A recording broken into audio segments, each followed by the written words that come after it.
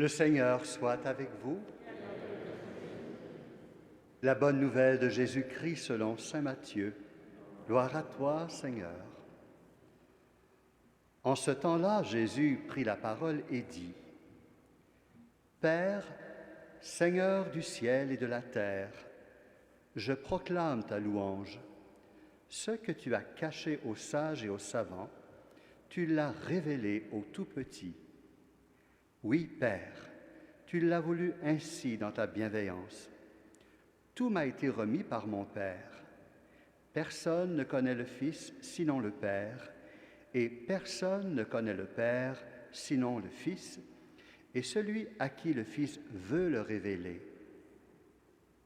Venez à moi, vous tous qui peinez sous le poids du fardeau, et moi je vous procurerai le repos. Prenez sur vous mon joug, devenez mes disciples, car je suis doux et humble de cœur, et vous trouverez le repos pour votre âme. Oui, mon joug est facile à porter, et mon fardeau léger. Acclamons la parole de Dieu.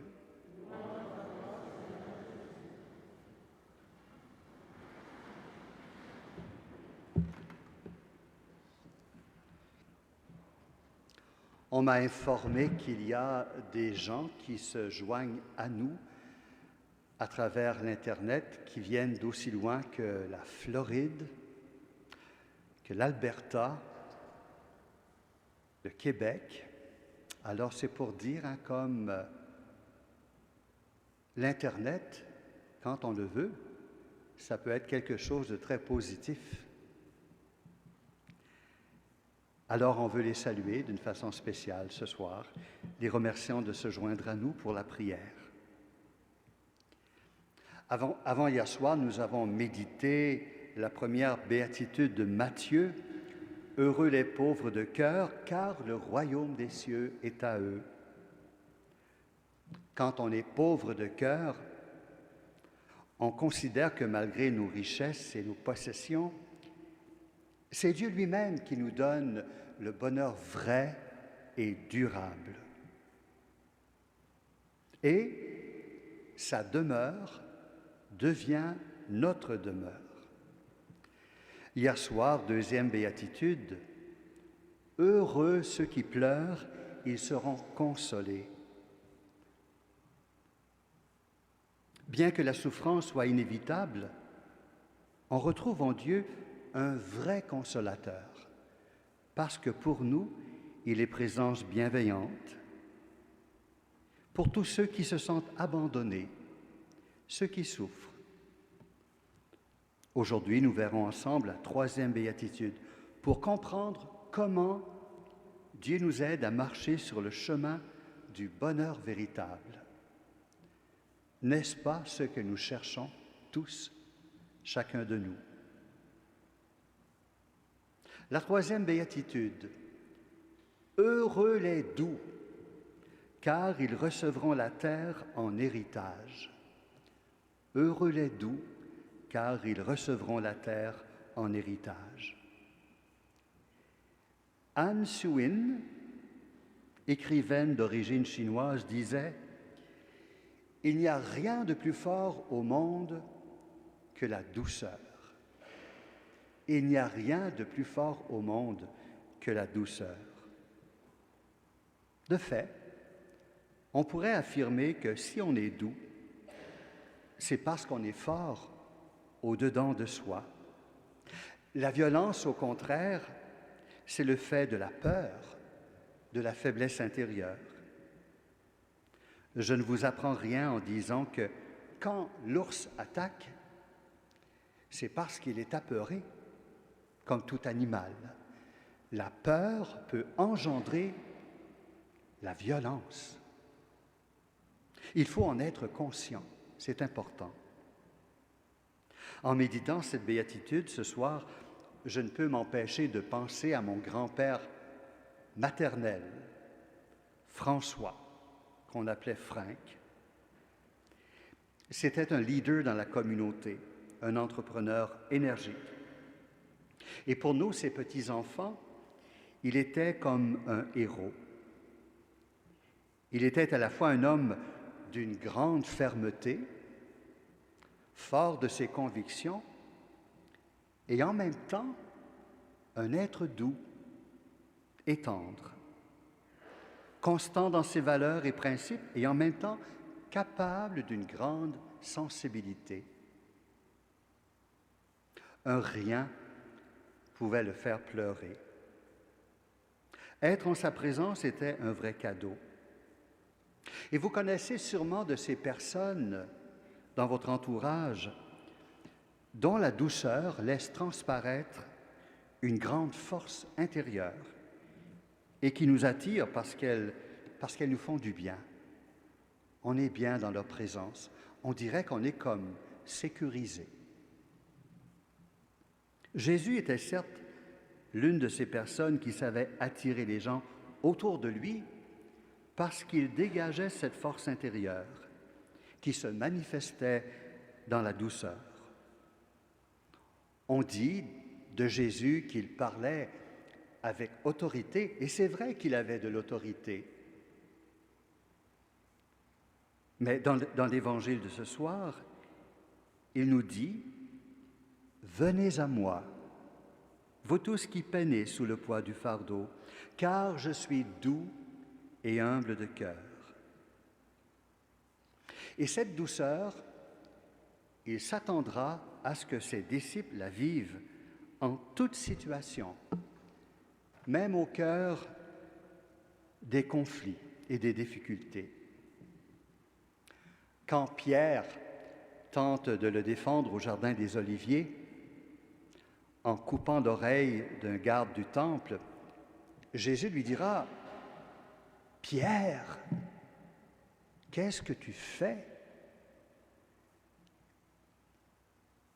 Rentre ton épée, car ceux qui prennent l'épée périront par l'épée. » On ne peut en vouloir à Pierre. C'est une réaction très humaine. Peut-être qu'on aurait fait la même chose. Cependant, dans l'appel adressé à Pierre, Jésus exhorte ses disciples à renoncer à toute forme de violence. Jésus nous enseigne qu'il faut prioriser la douceur, l'humilité et le dialogue. Il faut se parler plutôt que se frapper. C'est quand même étonnant que tant de chrétiens dans l'histoire de l'Église n'aient pas compris ou accueilli cette directive de Jésus, en particulier les dirigeants de l'Église.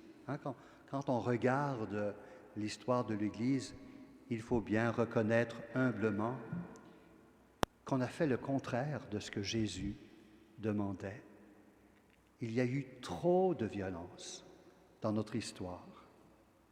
Aujourd'hui, il faut réparer. Saint Paul, dans sa lettre aux Éphésiens qu'on vient d'entendre, nous rappelle aujourd'hui cette valeur importante.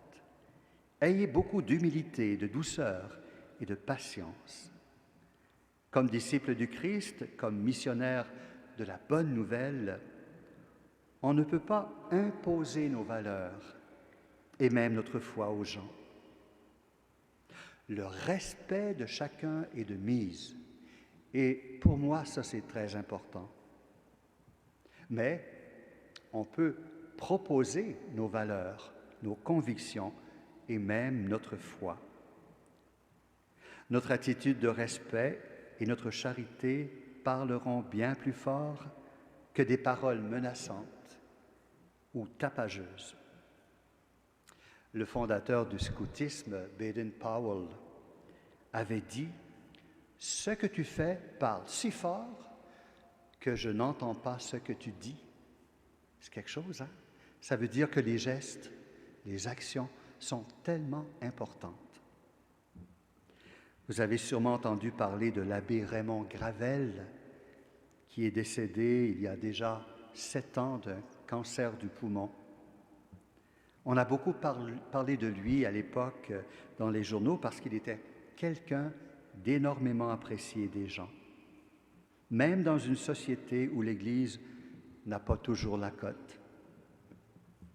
On dit de lui qu'il était un combattant, qui n'hésitait pas à proclamer sa foi et ses convictions avec force, mais en même temps, il avait en lui cette douceur et ce respect des gens. Et c'est pour ça qu'on le respectait aussi, même chez les non-croyants et les plus farouches opposants à l'Église. Alors on peut se poser la question pour nous-mêmes ce soir, de quelle façon nous vivons cette béatitude? Est-ce qu'on est porté à être doux, humble, comme le Seigneur lui-même? Ils auront la terre en héritage. Ça, c'est la deuxième partie de la béatitude. Heureux les doux, ils auront la terre en héritage. Comme on le sait, il y a bien des hommes dans l'histoire de l'humanité qui ont rêvé de posséder la terre pour en devenir les maîtres. Alors ces grands personnages de l'histoire, Alexandre le Grand, Napoléon Bonaparte, Adolf Hitler, on pourrait en nommer plusieurs. Ils ont tous en commun d'avoir utilisé la force et la violence. Ils ont presque réussi, mais l'histoire nous démontre que c'est en vain qu'ils pensaient pouvoir posséder la terre. Leur ambition, leur pouvoir, les ont tous finalement conduits à leur perte. Aujourd'hui, j'ose dire que les nouveaux conquérants ont d'autres stratégies. C'est sur le plan économique qu'on voudrait posséder la terre. Les nouveaux maîtres du monde sont davantage derrière des écrans d'ordinateur que les fusils ou les canons. Mais en réalité, n'est-ce pas la même ambition? Une autre forme de violence? C'est un sujet trop complexe pour en parler ce soir, mais ça fait réfléchir. Également, ce qu'il y a de préoccupant actuellement, c'est la violence et la méchanceté qu'il y a sur Internet. Tout à l'heure, je disais qu'avec Internet, on peut faire des choses extraordinaires, mais ça peut être aussi destructeur. Et ça aussi, c'est une forme de violence. Un autre sujet à méditer. Comment la douceur peut-elle nous amener à recevoir la terre en héritage? C'est une bonne question, hein? Comment la douceur peut nous donner la terre en héritage? Je vous propose cette réponse. Sans doute parce qu'elle nous ouvre au partage et à la générosité. Si nous parcourons la terre sans être menaçants, il me semble que les gens seront heureux de nous accueillir, de nous ouvrir leurs portes et même de partager leur demeure. Il me semble qu'il y a moyen de nous sentir chez nous partout, sans tout posséder. Je n'ai certes pas le moyen de me payer la lune. Cela ne m'empêche pas de la contempler très souvent et de m'en émerveiller. Alors si on est respectueux, humble, doux, quand on n'est pas menaçant, les gens sont heureux de nous accueillir et on peut se sentir chez nous. Et voilà l'héritage que Jésus nous propose.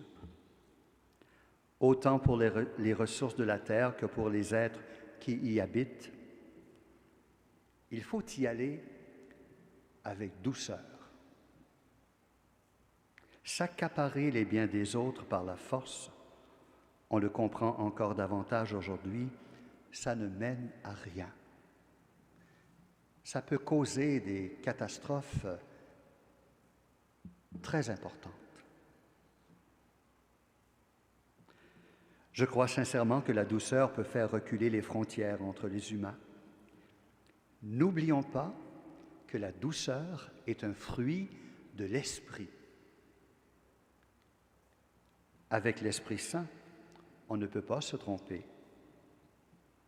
Et j'ose affirmer que dans son quotidien empreint de simplicité et d'humilité, sainte Anne, avec son cher Joachim, a su manifester cette douceur à sa fille Marie, qui l'a transmise à Jésus, pour faire de lui un être doux et humble de cœur.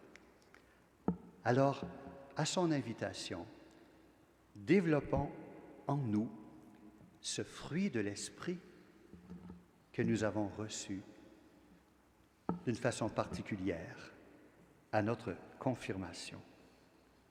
Amen. Alors, comme on le fait depuis le début de la neuvaine, je voudrais vous proposer un chant pour aider à intérioriser cette réflexion de ce soir. C'était plus difficile à trouver, mais finalement, je pense que j'ai trouvé quelque chose d'intéressant. Vous verrez les paroles du refrain sur l'écran.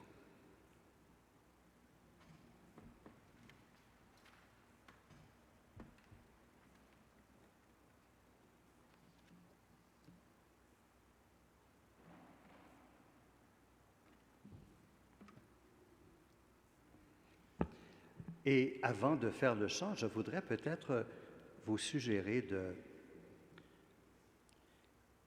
de penser un peu à une personne qui, pour vous, est un modèle, un exemple de douceur, et combien ça peut vous apporter du bien dans votre vie.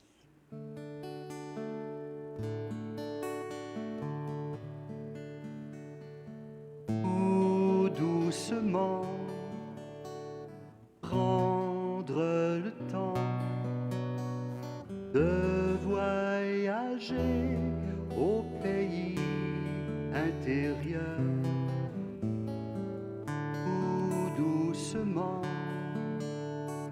prendre le temps d'aller puiser à la source du cœur.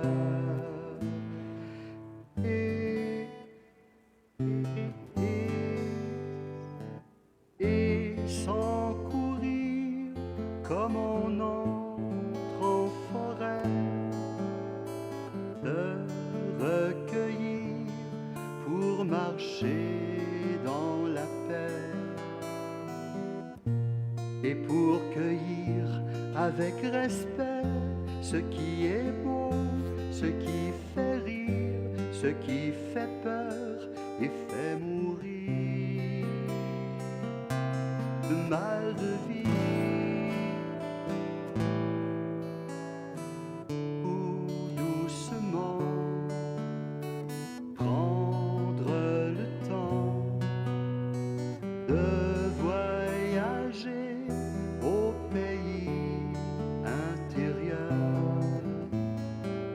Ou doucement, prendre le temps d'aller puiser à la source du cœur et partager comme on fait pour le pain, sans s'arrêter à ce qui nous retient,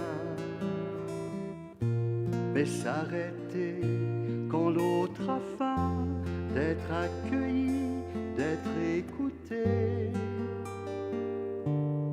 le goût de vivre,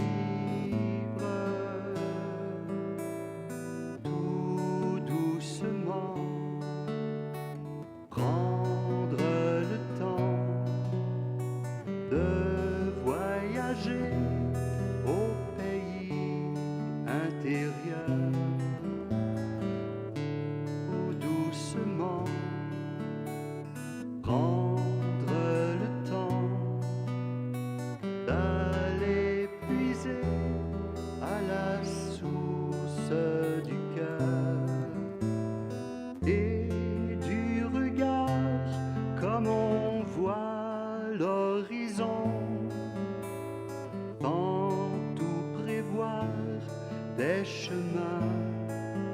y vont.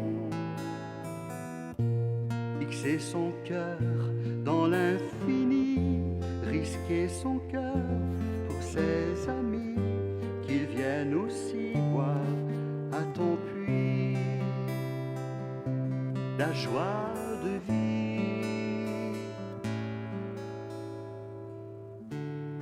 Doucement, prendre le temps de voyager